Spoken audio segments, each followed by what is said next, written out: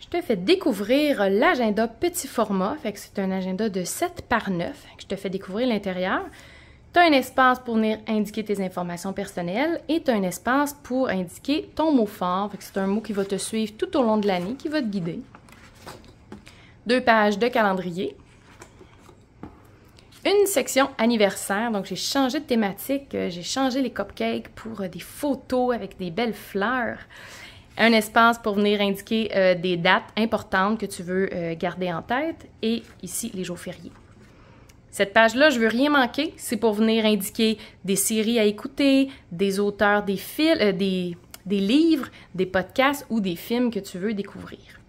Ici, c'est pour venir faire le bilan de ta vie. Fait que je t'invite à venir colorier sur une échelle de 1 à 10 où tu te situes dans chacune de tes sphères de la fleur de la vie. Tu vas pouvoir venir la revoir une fois par mois, une fois par 6 mois. Ton bilan de début d'année, donc tu vas pouvoir venir remplir ton bilan de début d'année. Si tu es travailleur autonome, entrepreneur, tu vas pouvoir venir remplir la section en lien avec ton entreprise.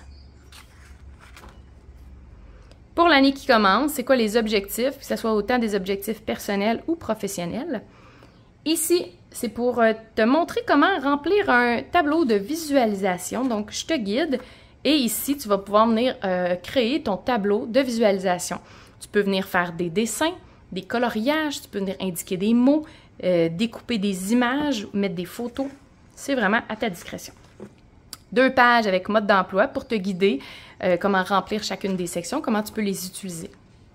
Planification de mon année, donc c'est des projets que tu vas pouvoir planifier, que ce soit autant personnel que professionnel. Ça peut être une rénovation, un déménagement, un voyage, un projet au niveau de ta business. Fait que tu vas pouvoir venir mettre ça. Et il y a 3 autres projets aussi juste avant le prochain mois de mai. Le mois d'août, tu as toujours, en fait, la première page, tu as toujours un mois à colorier. Et tu as l'option aussi de venir rajouter des onglets. C'est des onglets autocollants que tu vas pouvoir venir coller dans ton agenda. Et j'ai prévu pour toi un guide pour bien les coller droit. Tu as ici 2 pages avec ton calendrier mensuel. Et c'est la 2e année maintenant qu'on est venu intégrer un calendrier lunaire. Un espace pour mettre des notes, des rappels pour le mois. Une page de notes à chaque début de mois. Une page pour ton budget, que ce soit personnel, professionnel ou les deux, si tu veux varier tes couleurs. Ici, tu as un espace de liste de choses à faire pour ton mois. Tu peux les séparer ici, venir les cocher professionnel, personnel. Tu peux utiliser des couleurs différentes aussi pour mieux les retrouver. À chaque début de mois, tu as une citation. Je suis venue intégrer des citations d'entrepreneurs québécois. Tu as un espace pour venir écrire tes objectifs du mois. Tu peux venir le décortiquer, mais tu as un espace à chaque semaine aussi pour venir indiquer ton objectif de la semaine. Ici, c'est un humeur du jour, donc je t'invite à venir colorier à chaque fin de journée comment ta journée s'est passée en général. Ça va pouvoir te permettre de venir faire un retour une fois par semaine, une fois par mois. Les pages semaine se construisent comme ça. L'agenda, dans le fond, j'ai une version avec des heures et une version sans heures. Ça, c'est la version avec des heures qui est de 8 à 21 heures.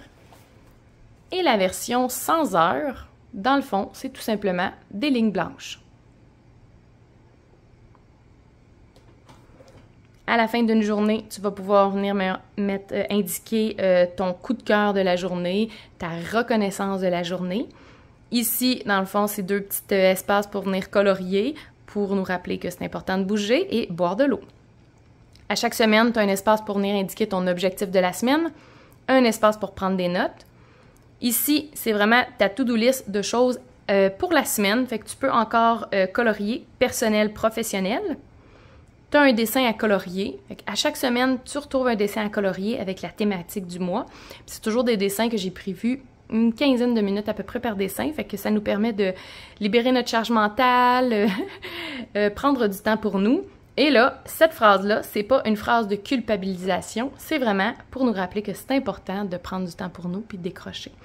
Peut-être que ton dessin de la semaine, ça va te permettre de prendre du temps pour toi. Par la suite, on a les semaines qui se suivent. Je te montre les couvertures de chacun des mois. avec les thématiques. Puis avant chaque mois, tu as aussi une page de notes. Fait que ça fait en sorte que tu as le mois, tu as une page de notes, tu as le calendrier et tu as une autre page de notes. OK? Fait que là, mois de septembre, mandala d'animaux avec des dessins d'animaux. Voilà. Mois d'octobre, thématique imaginaire. C'était la première fois que j'exploitais cette thématique-là. Avec des dessins, pas imaginaires, mais la magie, pardon. Avec des dessins en lien avec la magie. Mois de novembre, le Japon. On a comme projet de partir au Japon en famille. Fait que ça m'a inspiré. Avec des petits dessins japonais. Voilà.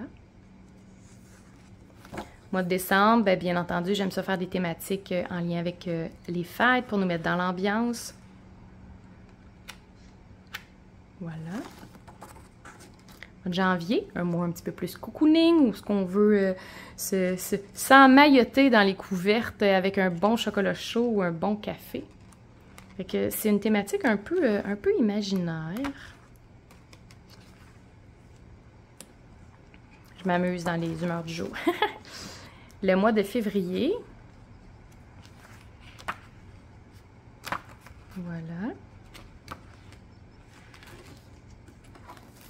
Mois de mars, j'aime ça faire des mandalas avec des animaux. Donc, on est dans les mandalas d'animaux. Mois d'avril, le pays des rêves. Ça aussi, c'était une nouvelle thématique. Voilà. Mois de mai, c'est le printemps, c'est le temps de sortir les plantes, faire des semis et les fleurs. Mois de juin, le mois des vacances. C'est la joie, il commence à faire chaud, on peut se baigner. Et mois de juillet, j'ai fait le monde aquatique.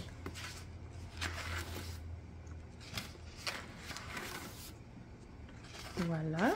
Et à la fin de ton agenda, tu vas retrouver une place pour indiquer tes mots de passe. C'est sûr que je recommande d'avoir un espace encrypté sur ton cellulaire ou ton ordinateur, mais ceux qui sont encore à la formule papier, tu vas pouvoir venir les indiquer ici. Ici, c'est pour venir indiquer des dates ou des informations importantes pour la prochaine année. Et tu as des pages de notes. Et à la fin, comme toujours, une pochette cartonnée pour venir glisser tes papiers ou tes factures. Voilà pour le petit agenda.